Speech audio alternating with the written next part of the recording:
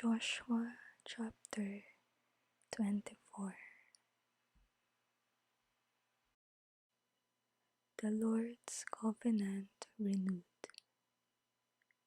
Then Joshua summoned all the tribes of Israel to Shechem, including their elders, leaders, judges, and officers. So they came and presented themselves to God. Joshua said to the people, "This is what the Lord, the God of Israel, says. Long ago, your ancestors, including Terah, the father of Abraham and Nahor, lived beyond the Euphrates River, and they worshipped other gods. But I took your ancestor Abraham from the land beyond the Euphrates and led him into the land of Canaan. I gave him many descendants through his son Isaac. To Isaac I gave Jacob and Esau. To Esau I gave the mountains of Seir, while Jacob and his children went down into Egypt. Then I sent Moses and Aaron, and I brought terrible plagues on Egypt, and afterward I brought you out as free people. But when your ancestors arrived at the Red Sea, the Egyptians chased after you with chariots and charioteers. When your ancestors cried out to the Lord, I put darkness between you and the Egyptians. I brought the sea crashing down on the Egyptians, drowning them. With your very own eyes, you saw what I did. Then you lived in the wilderness for many years. Finally, I brought you into the land of the Amorites, on the east side of Jordan.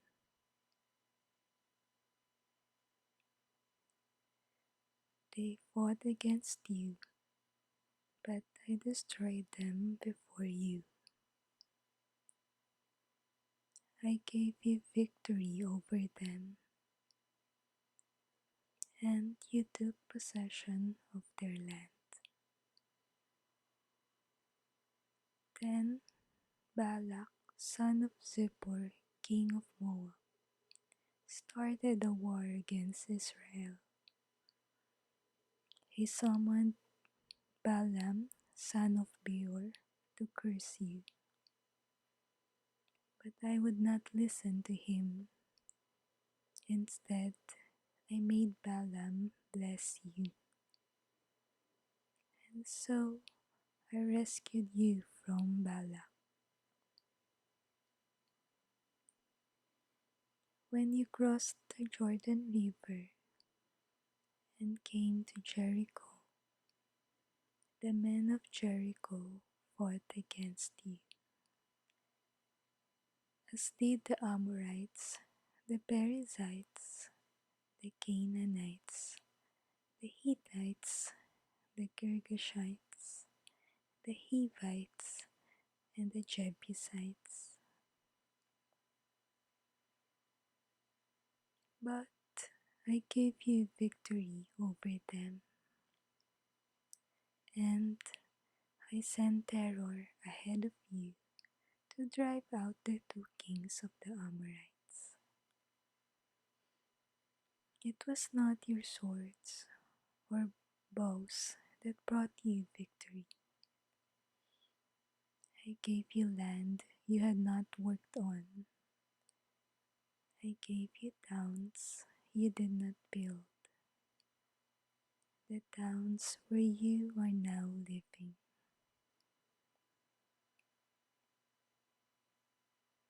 I gave you vineyards and olive groves for food, though you did not plant them. So fear the Lord and serve Him wholeheartedly.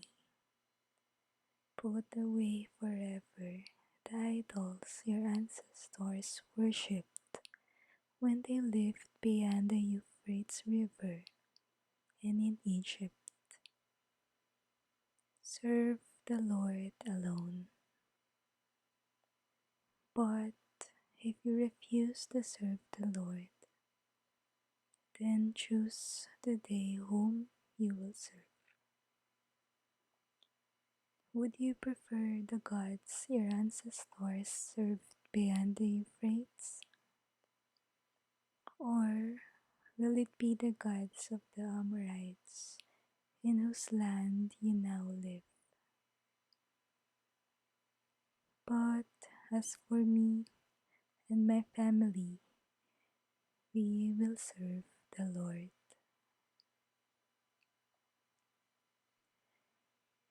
The people replied, we would never abandon the Lord and serve other gods. For the Lord our God is the one who rescued us and our ancestors from slavery in the land of Egypt. He performed mighty miracles before our very eyes. As we traveled through the wilderness among our enemies, He preserved us. It was the Lord who drove out the Amorites and the other nations living here in the land. So we too will serve the Lord, for He alone is our God.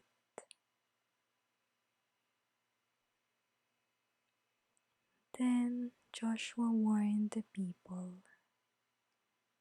you are not able to serve the Lord, for He is a holy and jealous God. He will not forgive you your rebellion and your sins. If you abandon the Lord and serve other gods, He will turn against you and destroy you, even though He has been so good to you.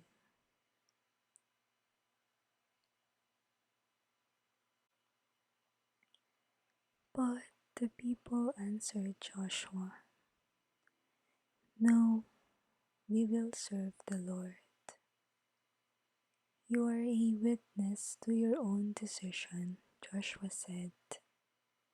You have chosen to serve the Lord. Yes, they replied, we are witnesses to what we have said. All right then, Joshua said, destroy the idols among you and turn your hearts to the Lord, the God of Israel. The people said to Joshua, we will serve the Lord our God. We will obey Him alone. So Joshua made a covenant with the people that day at Shechem, committing them to follow the decrees and regulations of the Lord. Joshua recorded these things in the book of God's instructions as a reminder of their agreement. He took a huge stone and rolled it beneath the terebinth tree, beside the tabernacle of the Lord. Joshua said to all the people, "This stone has heard everything the Lord said to us. It will be a witness to testify against you if you go back on your word to God." Then Joshua sent all the people away to their own homelands. So, for today's Bible reflection, we will talk about decisions and how they shape our lives.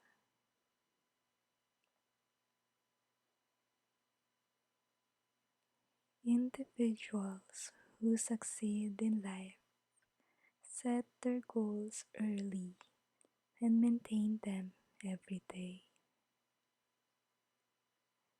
That way, they don't have to keep reestablishing them.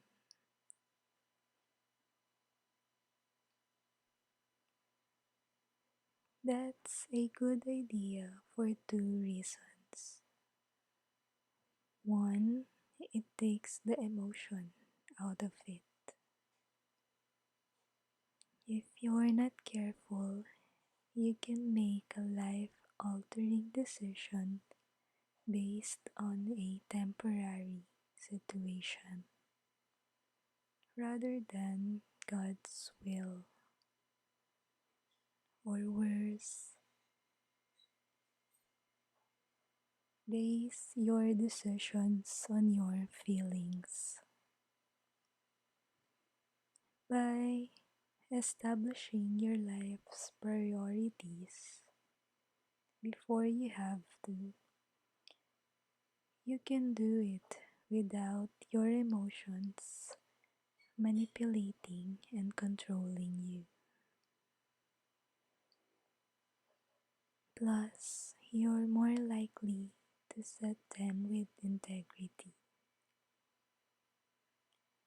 Joshua did that.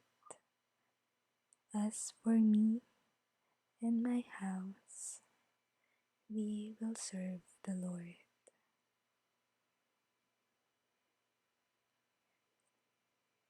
Second, it makes managing your life easier.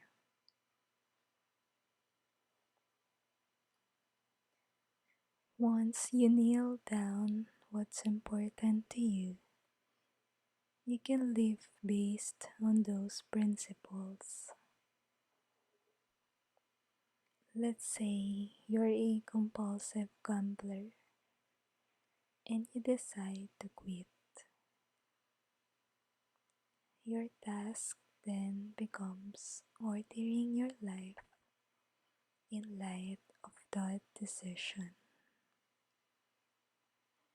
That probably means not hanging out at the racetrack or vacationing on the strip in Las Vegas.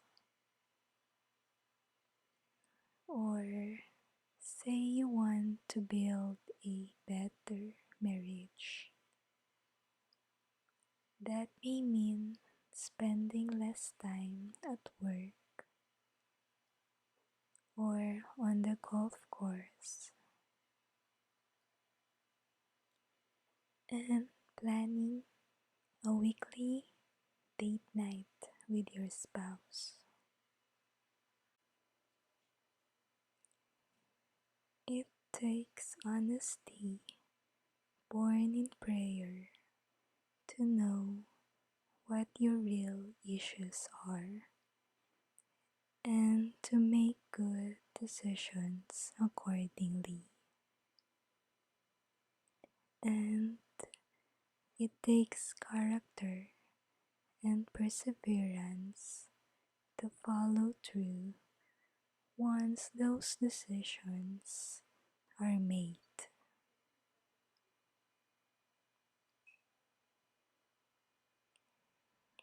The great thing is that once you decide, then commit your actions to the Lord, and your plans will succeed.